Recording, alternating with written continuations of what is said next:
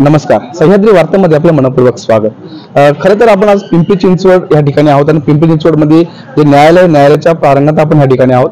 इथं बरेचसे वकील या ठिकाणी प्रॅक्टिस करत असतात। आता येणारी जी विधानसभा आहे त्या विधानसभेच्या दृष्टीने सध्या वकिलांच्या काही मागण्या आहेत। येणारे जे सरकार आहे ते सरकार कसं असावं, आमदार कसा असावा, बरं वकिलांचे जे प्रश्न आहेत ते प्रश्न सोडवण्यामध्ये येणारं सरकार किंवा जे गेलेलं सरकार आहे ते कितपत त्यांनी सोडवलेले आहेत आणि येणारं सरकार कितपत सोडवणार आहे, त्यांच्या अपेक्षा काय आहेत वकिलांच्या, हे आपण त्यांना विचारणार आहोत। सर्वात प्रथम तर दिवाणी व फौजदारी न्यायालय पिंपरी पुणे इथे आपली सह्याद्री वार्ता चॅनल येऊन आमच्या सगळ्यांचं तुम्ही ओपिनियन मागितलं त्याबद्दल सर्वात प्रथम मी तुम्हाला धन्यवाद देते व आभारही तुमचे मानते। खरं तर आता महाराष्ट्रातली विधानसभेची निवडणूक जाहीर झालेली आहे आणि आचारसंहिता पण कालपासून लागलेली आहे, 15 तारखेपासून।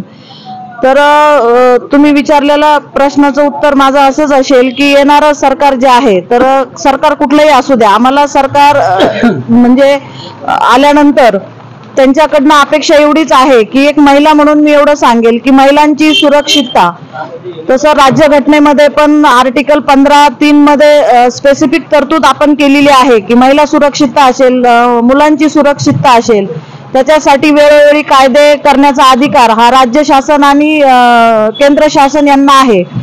तरी महिलांवरील वाढलेले जे अत्याचार आहेत त्याच्यामध्ये कुठेतरी पायबंद बसला पाहिजे व गुन्हेगारांना एक जबर बसली पाहिजे।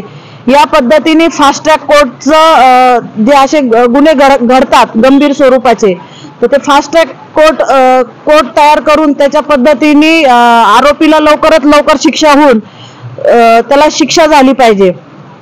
वास्तविक पाहता तर कोर्टाची थोडं महिलांविषयी असतील कायदे किंवा मुलांविषयी असतील अशा गंभीर स्वरूपाच्या गुन्ह्यामध्ये शिक्षेचं प्रमाण हे वाढलं पाहिजे अशी आमची येणाऱ्या सरकारकडनं अपेक्षा राहील। प्रथमतः तुम्ही पिंपरी चिंचवड जे न्यायालय आहे या ठिकाणी आपल्या सह्याद्री चॅनेल यांच्या वतीनं या ठिकाणी वकिलांचं मत जे काय आहे ते मागण्यासाठी आला, त्याबद्दल तुमचं मी अभिनंदन करतो।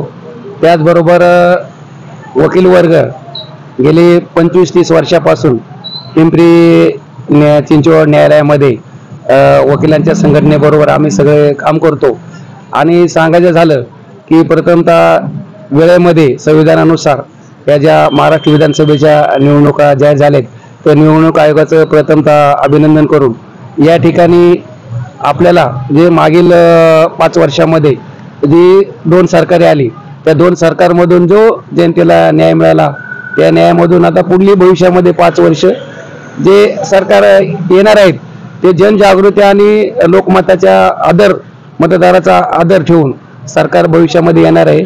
त्यामध्ये आपल्या मतदारसंघाचा जो कोण आमदार येऊ इच्छिणार असेल, महिला असेल पुरुष असेल, त्यांनी मतदाराची प्रामाणिक राहून या शहराचा विकास केला पाहिजे।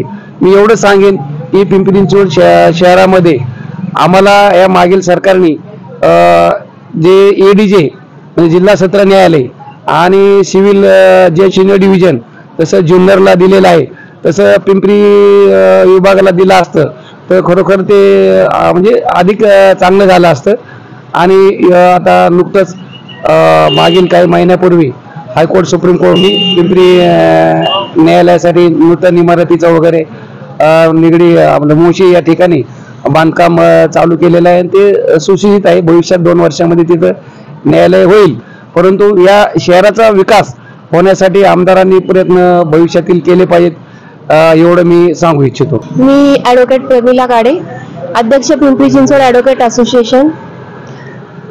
मला जो आता प्रश्न विचारला आहे की वकिलांना येणारी अडचण आणि सरकारने तो कोणता प्रश्न सोडवला पाहिजे, ह्याविषयी मी असं सांगेल की आता नवीन वकील येत आहेत, नवीन वकिलांची संख्या येत आहे, भरपूर संख्या येत आहे आणि त्या प्रमाणामध्ये आपल्या कोर्टामध्ये केसेस चालत नाहीत, त्या प्रमाणामध्ये डिस्पोजल होत नाहीत।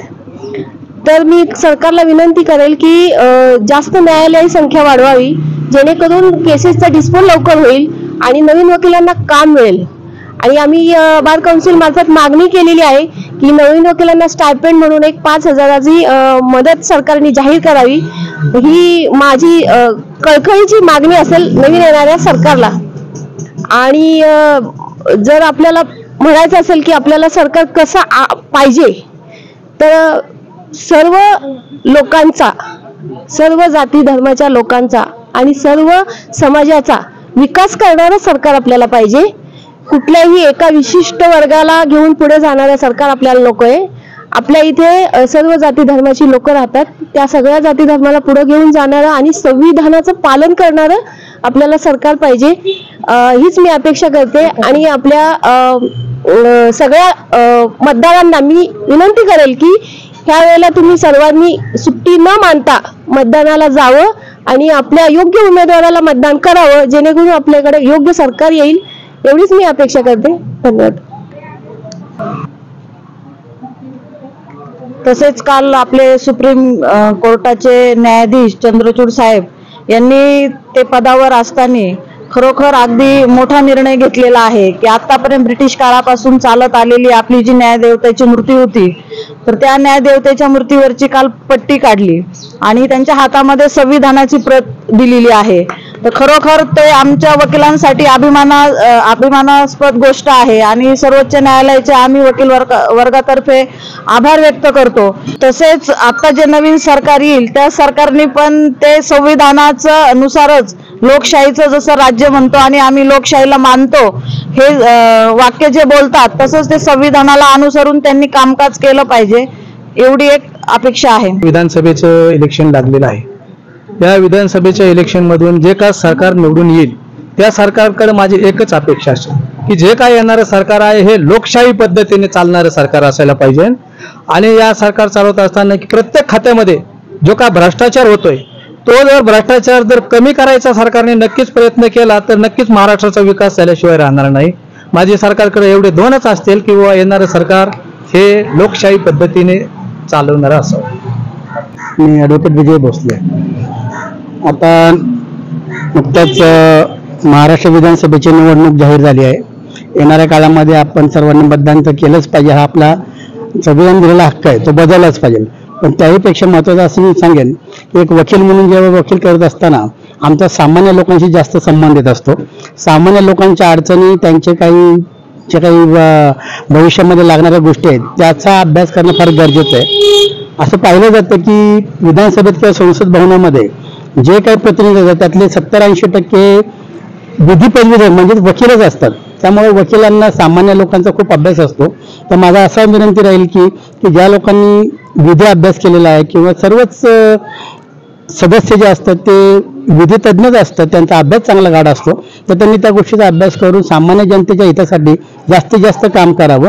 आणि वकिलांच्यासाठी मी मागणी अशी करेल की वकिलांसाठी जो संरक्षण कायदा बऱ्याच वर्षापासून पेंडिंग पडलेला आहे त्याच्याविषयी जरा विधानसभेमध्ये जर त्याच्याविषयी जर चर्चा होऊन तो विधी पारित झाला तर वकिलांना संरक्षण मिळेल. आणि तसंच वकिलांसाठी जो नवीन वकिलांसाठी जो एक स्टायपेंडचा मुद्दा बऱ्याच वर्षापासून सगळे चर्चेत आहे तो सुद्धा विचारात घेऊन त्याचाही निर्णय करून नवीन वकिलांना उमेद निर्माण होण्याकरता त्यांना स्टायपेंडची सुविधा करून द्यावी. आणि वकिलांच्या हिताचे निर्णय हे संसदेमध्ये आणि विधान भवनामध्ये लवकरात लवकर घ्यावे जावे, कारण त्या वकील वर्ग जो आहे तो सामान्य जनतेशी जास्त निगडीत असतो. त्यामुळे त्यांच्याकडून जास्तीत जास्त अपेक्षा अशी आहे की त्यांनी सामान्य माणसाचे प्रश्न सोडवावेत. तर येणाऱ्या विधानसभेमध्ये सुद्धा आमचा अपेक्षा असेल की जे लोकप्रतिनिधी विधी अभ्यासक असतील त्यांनी त्याविषयी जास्त संवेदनशील राखून लोकशाहीचं आणि संविधानाचं पालन करणारे निर्णय करावेत. धन्यवाद. अशा पद्धतीने आपण जी चर्चा केल्यानंतर खरं तर बरेचसे प्रश्न आहेत की जे वकिलांचे प्रश्न आहेत ते सोडवणं अत्यंत गरजेचं आहे. बरेचशा त्यांचे जे नवीन वकील असतील त्यांना स्टायपेंडचा विषय असेल किंवा जे वृद्ध वकील असतील की ज्यांना प्रॅक्टिस करणं शक्य नाही तर अशाही वकिलांना पेन्शन मिळणं तेवढंच गरजेचं आहे. अशा प्रकारचे मुद्दे या ठिकाणी उपस्थित झालेले आहेत. त्याचप्रमाणे जे महिला असतील, जे महिलांचे बरेचसे जे प्रश्न असतात ते प्रश्नही ह्या ठिकाणी त्यांना जाणण्यासाठी त्रास न व्हावा यासाठी बऱ्याचशा ठिकाणी न्यायालयाची उभारणी होणं अशा प्रकारे या ठिकाणी वकिलांनी मागणी केलेली आहे. तेही येणारे जे सरकार आहे त्यांनी सोडवणं अत्यंत गरजेचं आहे. सरकार कोणाचंही असो पण आमचे प्रश्न सोडवणं तितकंच महत्वाचं आहे. अशा प्रकारचे मुद्दे या ठिकाणी वकिलांनी मांडलेले आहेत. त्यामुळे येणारं सरकार या ठिकाणी कसं पाहणार आहे किंवा जे कोणी आमदार या ठिकाणी होणार आहेत वेगवेगळ्या ठिकाणी ते आमदार ह्या प्रश्नाकडे कसं पाहते हे पाहणं जास्त महत्त्वाचं ठरणार आहे. सह्याद्री वार्तासाठी मी प्रफुल्ल, पिंपरी चिंचवड.